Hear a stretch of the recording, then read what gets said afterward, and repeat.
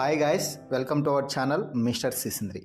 Big Boss హౌస్లో అనుక్షణం ఏదో ఒక ట్విస్ట్ అయితే బిగ్ బాస్ ఇస్తూనే ఉన్నాడు.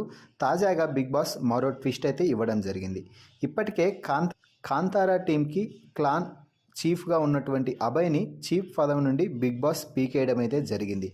ఎందుకు అంటే క్లాన్ని కరెక్ట్గా నడిపించలేదనే కారణంతో అభయ్ని క్లాన్ చీఫ్గా తీసేశాడు.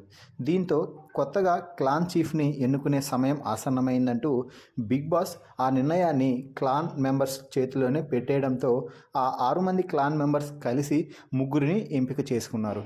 ఆ ముగ్గురు ఎవరు అంటే నబీల్, మణికంఠ, అలాగే ప్రేరణ.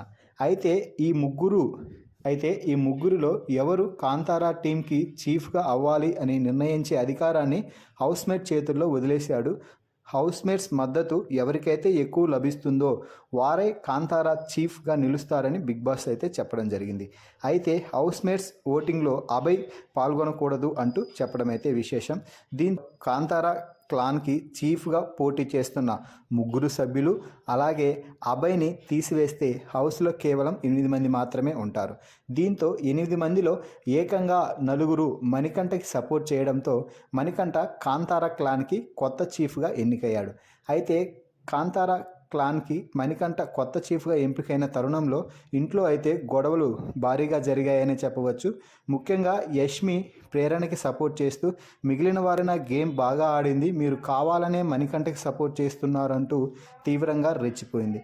ఈ తరుణంలో మణికంఠ యష్మిపై రెచ్చిపోయాడని చెప్పవచ్చు.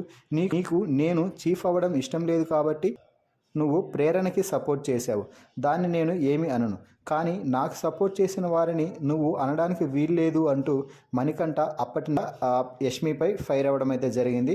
మొత్తంగా కాంతారా క్లాన్కి కొత్త చీఫ్గా ఎన్నికైన మణికంఠపై మీ అభిప్రాయాన్ని కామెంట్స్ రూపంలో తెలపండి.